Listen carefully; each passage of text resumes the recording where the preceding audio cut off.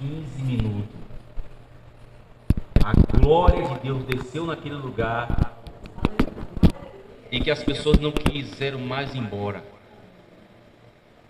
Que hora você quer ir para casa?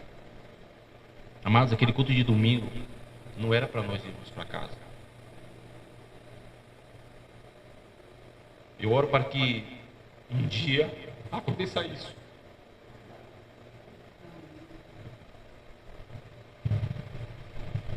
O Senhor nos pegue, amados. Que o desejo pela comida suma. A sede suma. E a gente deseja somente Ele. Para que os louvores que nós entoamos seja real. Eu não sei você, mas um dia, amados, eu perguntaria a Paulo: que louvor foi aquele que ele cantou quando ele estava na prisão? Eu não sei. Posso imaginar. Mas um dia eu queria saber. Não pela letra, mas, amados, pela condição, pela situação, em extrema aflição, eles preferiram adorar. E eu não vou nem contar, os irmãos sabem o que foi que aconteceu. O lugar estremeceu e as grades foram abertas. Amados, isso é maravilhoso, amados. Se Jesus não for o motivo de você estar aqui e de você vir ter comunhão com os irmãos, então você está no lugar errado. Mateus 6, verso 33. Mas buscai primeiro o reino de Deus. Buscai primeiro ser governado por Deus. E sabe quem Ele enviou para governar sua vida? Todas as áreas da sua vida, Cristo Jesus. E sabe o que Ele fez com esse Cristo Jesus? Ele colocou o Cristo Jesus na condição de Senhor. O Cristo é Senhor agora. Significa que Ele é seu dono. E que você é propriedade dEle.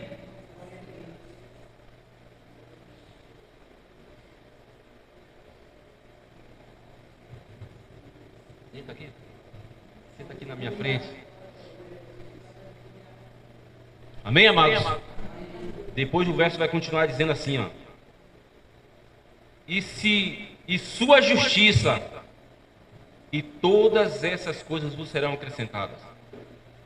Se a gente voltar para o capítulo 5, Jesus disse aos discípulos: ó, se a justiça de vocês não exceder em muito a dos escribas e fariseus, de maneira nenhuma vocês herdarão o reino dos céus.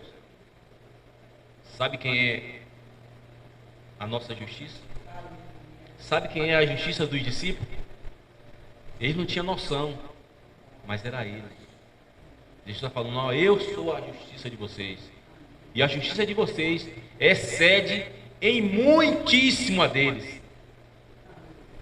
Entendeu, amado? Que coisa maravilhosa. Agora, por que, amados, nós não conseguimos discernir essas palavras? A Bíblia é um livro jurídico, você sabia? Ela fala muito de leis. E dentre elas, ela vai revelar muitos atributos de Deus. A sua onipotência, a sua onisciência, a sua onipresença, o seu amor, a sua bondade, a sua santidade, a sua justiça. Eu quero destacar esse ponto. Por que a nossa geração hoje ela não consegue discernir os atributos de Deus? Porque cerca de 150, 180, mais ou menos 200, 250 anos atrás, todos os púlpitos de todas as nossas igrejas ao redor do mundo, a mensagem era Deus, Cristo, o seu Cristo. A mensagem era cristocêntrica. falava dos atributos de Deus. Não sei se os irmãos perceberam no domingo, no Salmo 71, citou sobre justiça. Você lembra? Quem estava atento, quem anotou, fique atento. E era ministrado sempre Cristo, o Senhor Jesus no centro. E o pecador, ele tremia. Era transmitido para ele esse temor desse Deus vivo e que é um fogo consumidor. Passados anos, entrou várias doutrinas heréticas e aí ele foi tirado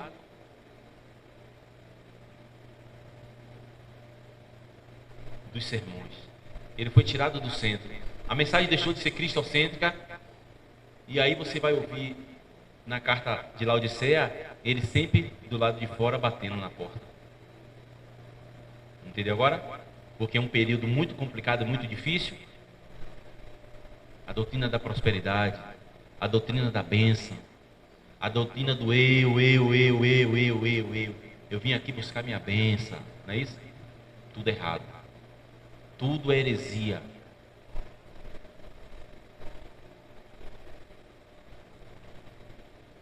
Vamos dar um pulinho lá para Gênesis, amado, para os irmãos terem uma ideia. Gênesis capítulo 6.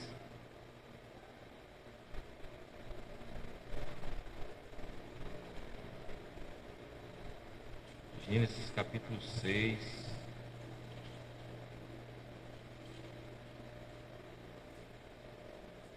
Verso 5.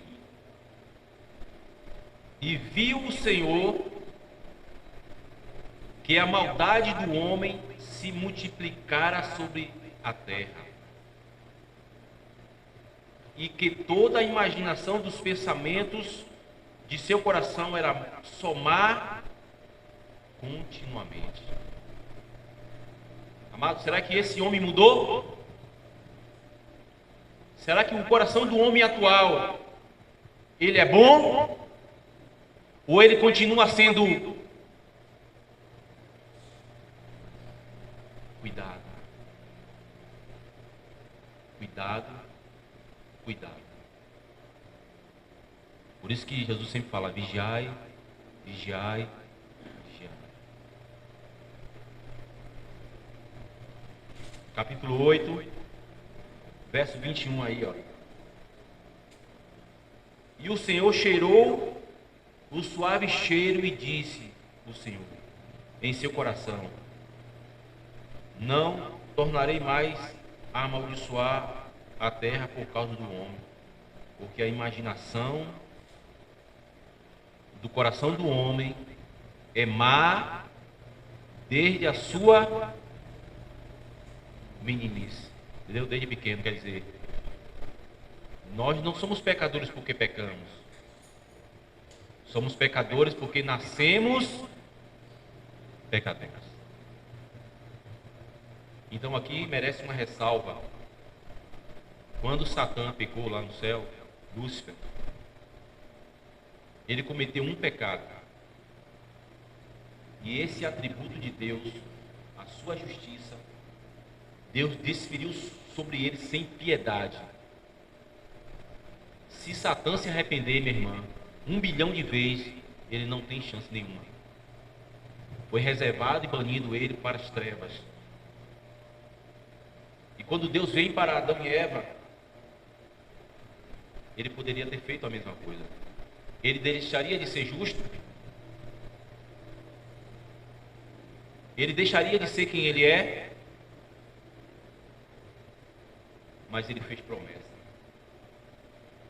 Tu vai ter dores de parto, mas da tua descendência eu vou levantar um, e que esse vai pisar na cabeça da serpente. Maravilhoso, uma promessa. Agora, a promessa de Deus, em nenhuma delas ele vai tirar a sua justiça. Porque se ele tirar a sua justiça, ele tira Jesus e nós estamos perdidos.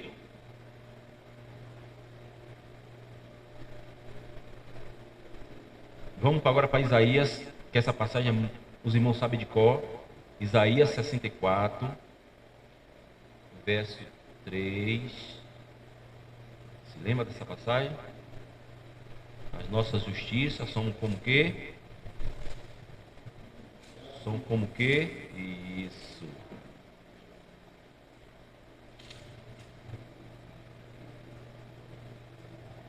Verso 6. Mas todos nós somos como um imundo, e todas as nossas justiças como trapo da imundícia. E todos nós caímos como uma folha, e as nossas culpas como um vento nos arrebata. Então Deus olha para o homem caído, culpado. O questionamento é: como agora um Deus justo justificar o homem e continuar sendo justo? Fica complicado ou não fica agora? Aí a gente vai para Romanos capítulo 1.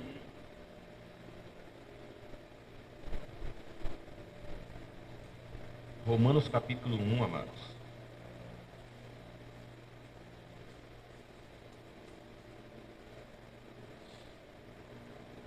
Romanos capítulo 1.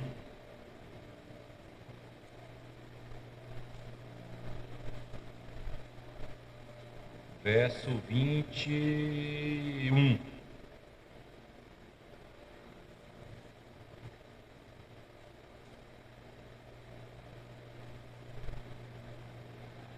O que está escrito aí? Porquanto, tendo conhecido a Deus, olha, o homem tem o conhecimento de Deus, não o glorificaram como Deus, não lhe deram glória, tá vendo? Nem lhe deram graças, antes em seus discursos se desvaneceram, e o seu coração insensato se obscureceu, fazendo referência novamente ao coração, entendeu? Você percebe que o intuito da mensagem de Deus é sempre atingir esse coração do homem, duro, endurecido, mas aqui Paulo está se referindo que esse homem atual, ele tem conhecimento de Deus, mas ele não dá a glória devida a Deus. Eu estava fazendo fazendo um exemplo aqui com o Suede essa semana e irmão Jonas, que é como se quando você foi gerado no ventre da sua mãe, Deus soprou no seu coração, no nosso coração, o fôlego de vida, e ele começou a funcionar, bater. Só vai parar quando ele chamar. Uns com 100 anos, outros com 70, e assim vai, né? Antigamente o homem vivia 900 anos, lá no princípio. Agora, essa vida que ele nos deu, foi para nós vivermos para nós mesmos, para a nossa glória, ou para a glória dele? Faça essa pergunta para si. Aí você vai ver que quanto você se esforçava, ou se esforça para não chegar atrasado, estudava tanto para tirar boas notas, para passar de ano, mas quando é para o Senhor, nós levamos relaxadamente, relaxadamente, relaxadamente e relaxadamente. Não priorizamos ao Senhor como Ele é mais importante. Buscai em primeiro lugar o reino, aquele que governa, aquele que está sentado no trono que governa, aquele que recebeu todo o poder e toda a autoridade nos céus e na terra, aquele que é a nossa justiça. Amados, os puritanos, quando eles iam falar da justiça de Deus, quando eles pegavam um tópico sobre o amor de Deus, sobre a santidade de Deus, um tópico, eles escreviam um livro de 300, 500 páginas. Se eles fossem pegar todos os atributos de Deus, o livro ia caber mais de 300, 2.000, 3.000 páginas. Aí muitas das vezes você pega um livro que ele só tem 5, 6 páginas. Você já está cansado. Aí você vai ouvir uma mensagem, a mensagem foi só 30 minutos. Vixe, tá dando som, tá chato. Entendeu como é o nosso coração? Tome muito cuidado. Você entendeu? Porque essa nossa geração, ela não consegue discernir os atributos de Deus. Nós lemos em Gênesis que Deus viu a maldade do coração do homem. Nós lemos em Romanos, lemos em Isaías. Mas o detalhe, amados, ele é simples e muito direto e objetivo. Essa nossa geração, ela tem perdido o temor. O temor, amados.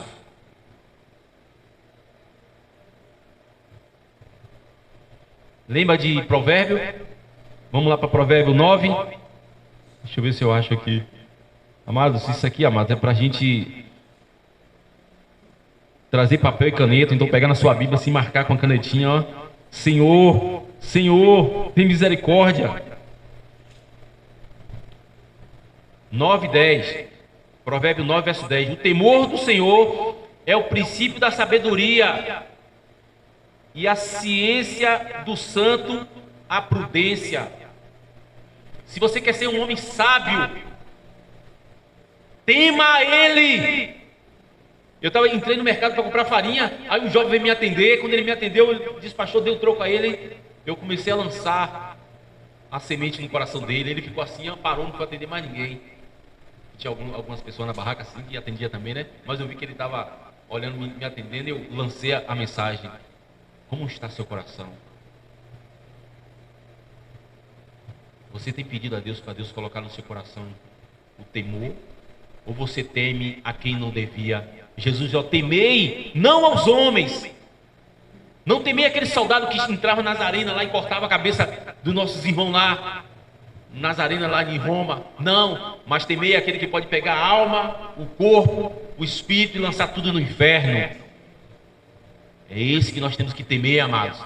Esse que vai rasgar os céus e vai vir buscar a sua noiva. Nós somos a noiva de Cristo.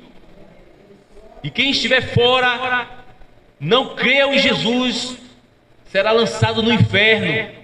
Porque o nome não será encontrado, o nome não será escrito no livro da vida, porque não creu em Jesus. Precisamos temer, amados. Agora, vamos responder uma indagação que há anos incomodava o meu coração. E a palavra de Deus, ela nos responde. Provérbio 17, verso 15. O que justifica o ímpio e o que condena o justo, abomináveis são para o Senhor, tanto um como o outro. Amados, como Deus pode nos justificar, nós sendo ímpios, pecadores, e continuar sendo justos? Que merecia aquela cruz éramos nós. Todo aquele castigo, ou seja, merecidamente. Mas Ele tomou o nosso lugar. Amado, Jesus tomou o nosso lugar. A morte de Jesus é uma morte substitutiva à nossa.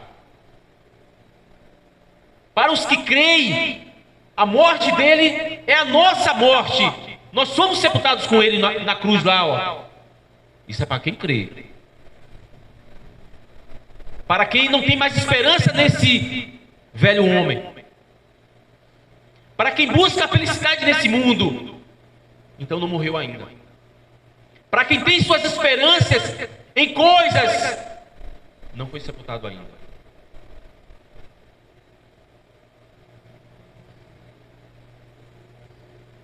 Sendo assim, como Deus nos absorver e continuar sendo justo?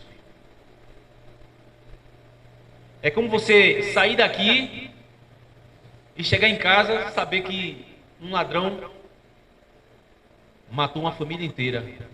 E aí quando você descobre que o ladrão foi pego e condenado à prisão, vem aquele senso de justiça, porque Deus colocou em nós, bem-aventurados que tiver sede e fome de justiça, não é isso? E aí nós, aliviamos, ficamos tristes pela família que foi morta, mas vem aquele sentimento de alívio, porque a justiça foi.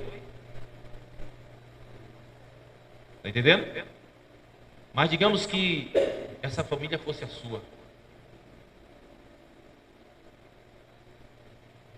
E o ladrão foi pego. E na hora da condenação o juiz, eu sou um juiz bom, justo e cheio de amor. Bate o martelo, não vou condená-lo, vou absolvê-lo. Você diria que esse juiz é justo? Você elogiaria ele nas redes sociais? Você xingaria ele? Como muitos andam numa vida de pecado, amam o pecado, são apaixonados pelo pecado, vivem em namoro entranhável com o pecado, não sente constrangimento nem vergonha nenhuma, que o pecado nos separa de Deus. E aí, certamente diria que esse juiz é um juiz péssimo. Quem foi que deu o diploma de juiz a esse juiz corrupto? Mas, amados, isso foi o que aconteceu. Um justo, sem pecado, morreu no meu lugar, no seu lugar, para nos tornar justos. Você está entendendo o preço dessa palavra fé, dessa fé? Você está entendendo? Você está entendendo que você não deve medir consequência e não temer a morte? Você está entendendo porque com muitos irmãos, quando eram levados à morte, eles cantavam? Você está entendendo que Policarpo chega um momento de eu não vou mais fugir, eu vou me entregar? E a morte de Policarpo, amados, a Bíblia, os historiadores contam que Policarpo foi incendiado, e quando o fogo pegava, fazia em volta como uma vela. Iam amarrar ele e disse: não quero, porque eu não sou digno de padecer e morrer pelo meu Senhor. Amados, estamos no meio de uma geração que tem medo da morte.